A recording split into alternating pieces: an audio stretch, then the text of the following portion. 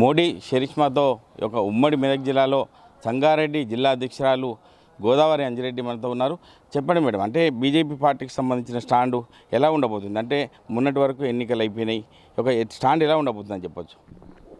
అంటే ఆర్టీవీ యాజమాన్యానికి నమస్కారం. నిన్న జరిగినటువంటి ఎలక్షన్స్ ప్రతి ఒక్కరు కూడా దేశవ్యాప్తంగా జరుగుతున్నటువంటి ఎలక్షన్లో వినిపించినటువంటి నినాదం ఏంటంటే, గతంలో ఎప్పుడు ఎలక్షన్స్ వచ్చినా కూడా పార్టీల పేరుతో చెప్పేవాళ్ళు. మేము కాంగ్రెస్ గెలుస్తుంది, టీఆర్ఎస్ గెలుస్తుంది, బీజేపీ గెలుస్తుంది, మేము కాంగ్రెస్కి వేస్తున్నాం, మేము టీఆర్ఎస్కి వేస్తున్నాం, మీరు కాంగ్రెస్కి వేయండి, బీజేపీకి వేయండి అని ప్రచారం అట్లనే జరిగేది. నాయకులు అదే విధంగా చెప్పేవాళ్ళు, ప్రజలు ఓటర్స్ కూడా అదే ధోరణిలో ఉండేవాళ్ళు. ఎవరికి వాళ్ళు మేము ఈ పార్టీకి వేసినాము. కానీ మొట్టమొదటిసారిగా నాకు తెలివచ్చినప్పటి నుంచి నేను ఎలక్షన్ చూస్తున్నటువంటి సందర్భంలో మొట్టమొదటిసారిగా నిన్న జరిగినటువంటి ఎలక్షన్స్ దేశం కోసం, ధర్మం కోసం జరుగుతున్నటువంటి ఎలక్షన్స్ అనేది దేశవ్యాప్తంగా ప్రజలందరూ కూడా నిర్ణయించుకొని వాళ్ళందరూ కూడా సిద్ధమై ఉన్నారు. ప్రతి ఒక్కరు కూడా ఓటు ఎవరికి వేస్తారు అంటే ఎక్కడ కూడా ఈ పార్టీకి, ఈ క్యాండిడేట్కి అని చెప్పినటువంటి సందర్భం లేదు. ఓటు ఎవరికి వేస్తారు? మోడీకి. ఓటు ఎవరికి? మోడీకి. ఎవరు గెలుస్తారు? మోడీ గెలుస్తున్నారు అనేదే ఒక మోడీ మోడీ మోడీ అనే నినాదం తప్ప పార్టీలకు అతీతంగా అన్ని పార్టీల వారు కూడా పోతున్నప్పుడు అన్ని పార్టీలలో కూడా ఏంటంటే మోడీకి ఓటేసుకోండి, మీ ఇష్టం వేసుకోండి అనే దానికి వచ్చిండ్రు. అంటే ఈరోజు మోదీ గారు మన కేంద్ర ప్రభుత్వంలో నరేంద్ర మోదీ గారు ప్రధానమంత్రి అయిన తర్వాత గడిచిన 10 సంవత్సరాలలో మన దేశానికి చేసినటువంటి అభివృద్ధి కావచ్చు, వారు దేశానికి చుట్టుముట్టు కంచె వేసి ఆ కంచె దాటి ఎవరు కూడా రానటువంటి పరిస్థితి. ఈరోజు ఎక్కడ ప్రజలు చూసినా కూడా అంటే నిర్భయంగా ఎక్కడికి వెళ్ళాలన్నా కూడా ఏ సంకోచం లేకుండా ధైర్యంగా బయటికి వెళ్ళే పరిస్థితి ఏర్పడిందంటే అది మోదీ గారి చలవ.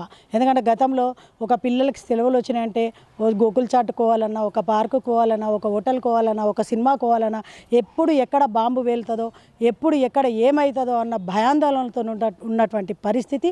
కానీ గడిచిన ఈ 10 సంవత్సరాలలో రాత్రి అనక పగలనక ఎప్పుడైనా ఎక్కడైనా తిరగొచ్చు అనే ధైర్యం మాకు మోదీ గారు ఉన్నారు మా దేశానికి అనే ధైర్యాన్ని ఇచ్చిరంటే ఆ ఘనత నరేంద్ర మోదీ గారిది.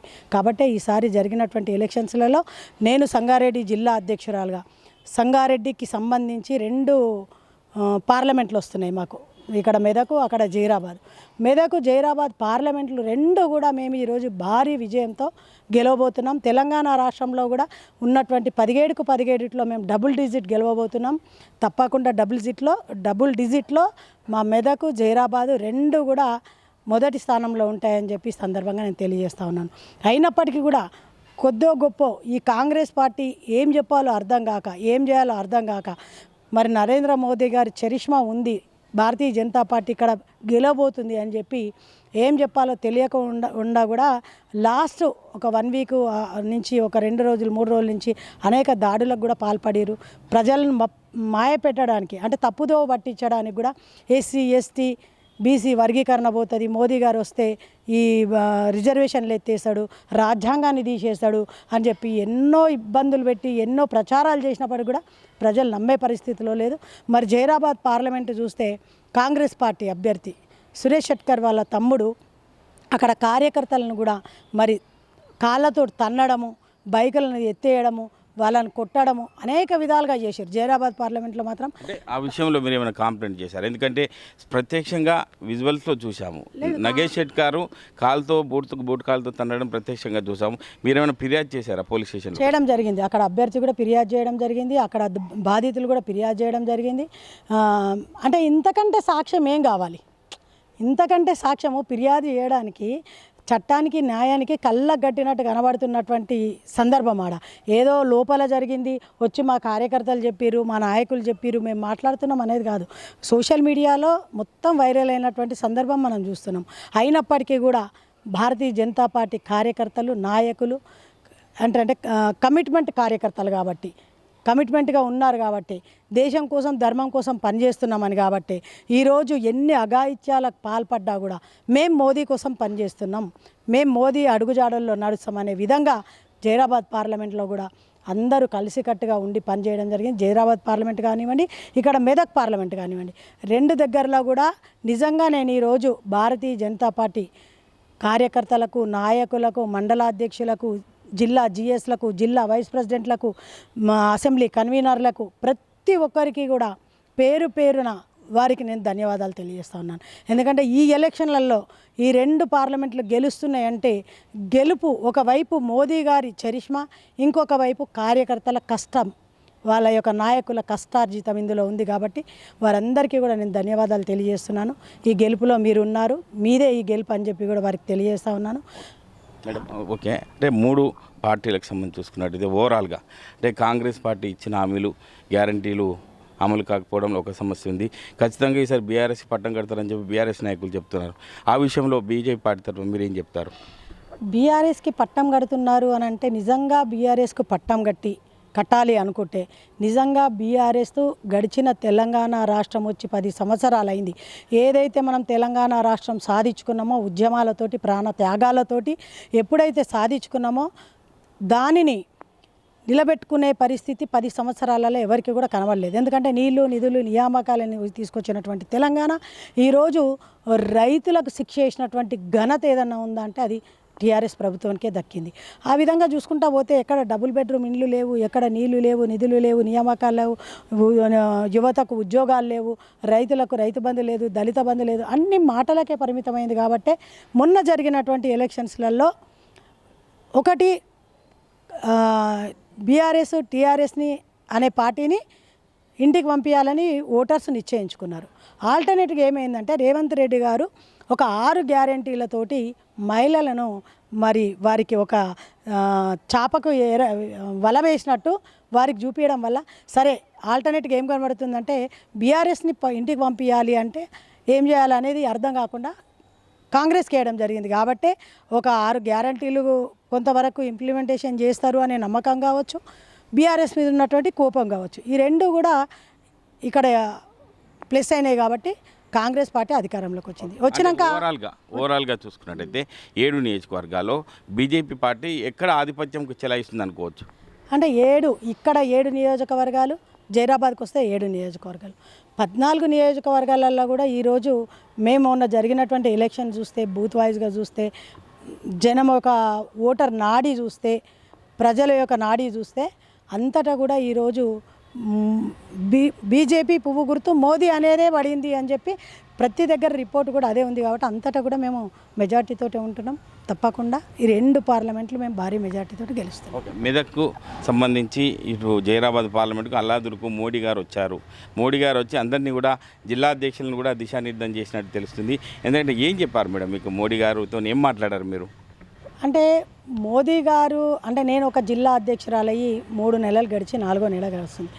నేను జిల్లా అధ్యక్షురాలైన నెల లోపల మోదీ గారు సభ పెట్టడం నేను నిజంగా గర్వకారణంగా భావిస్తున్నాను. ఎందుకంటే పడాన్చెరు గడ్డకు ఇప్పుడు వరకు ఏ ప్రధానమంత్రి కూడా వచ్చినటువంటి సందర్భాలు లేవు. మొట్టమొదటిసారిగా మేము జిల్లా అధ్యక్షురాలైన నెల లోపల నేను పడాన్చెరు గడ్డ మీదకి మోదీ గారి సభ తీసుకురావడము, సభ పెట్టడము నిజంగా నాకు చాలా అదృష్టంగా భావించినాను. అందులో మళ్ళా 2 నెలలు గడిచి 3వ నెల రాగానే మళ్ళీ మా జిల్లాలోనే అల్లాదుర్గం జైరాబాద్ పార్లమెంట్లో మోదీ సభ పెట్టడం జరిగింది. ఈ 2 కూడా నేను నిజంగా ఒక జిల్లా అధ్యక్షురాలుగా ఈ 2 సభలు మోదీ సభలను 2 పెట్టడము 3 నెలల లోపల అంటే చాలా గర్వంగా ఫీల్ అవుతున్నాను. అంటే మోదీ గారు ఒక జిల్లా అధ్యక్షులకు, పార్టీ నాయకులకు, లేకుంటే పార్టీలో ఉన్న సీనియర్లకు, మినిస్టర్లకు, ఎమ్మెల్యేలకు దిశానిర్దేశం ఇవ్వడానికి రాలేదు. ఇక్కడ తెలంగాణ రాష్ట్రంలో భారతదేశంలోనే ఉన్నటువంటి తెలంగాణ రాష్ట్రానికి కూడా నేను ఏమి ఇచ్చినా, ఏం చేసినా, ఏం చెయ్యబోతున్నా అనేది ప్రజలకు చెప్పడానికి వచ్చారు. ఇక్కడ నాయకులకు చెప్పాల్సినటువంటి అవసరం లేదు. రేపు ఆల్టర్నేట్ ఎవరు? ప్రజలకు వాస్తవాలు చెప్పాలి, ప్రజలు నమ్మాలి. నాయకులు ఏ పార్టీలో ఉంటే ఆ పార్టీని నాయకులు వాస్తవంగా నిజం చెప్పాలంటే ఏ పార్టీలో ఉన్నటువంటి నాయకులు ఆ పార్టీ ఏ మంచిదంటారు, ఆ పార్టీనే పొగుడతారు, మా పార్టీ అంటాం, మేము చేస్తున్నామంటారు.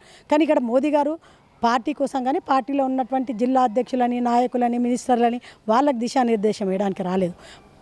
ముక్కుసూటిగా ప్రజలకు నేను ఏం చేయబోతున్నాను, సంగారెడ్డి జిల్లాలో ఏం చేస్తున్నానని చెప్పి ఇక్కడి నుంచే ఇవ్వడం జరిగింది. అదేవిధంగా అక్కడ కూడా అల్లాదుర్గలో కూడా చెప్పడం జరిగింది. ఒక తెలంగాణ రాష్ట్రానికి మెదక్ జిల్లాకు మెదక్ పార్లమెంట్కి జైరాబాద్ పార్లమెంట్కే కాదు జైరాబాద్ గడ్డ మీదకి వెళ్ళి దేశానికి ఏం చేయబోతున్నా అని చెప్పినందుకు మేము చాలా గర్వపడుతున్నాం. అది మా గడ్డ మీదకి వెళ్ళి మా జిల్లా గడ్డ మీదకి వెళ్ళి దేశానికి నిర్దేశం ఇచ్చిండ్రు.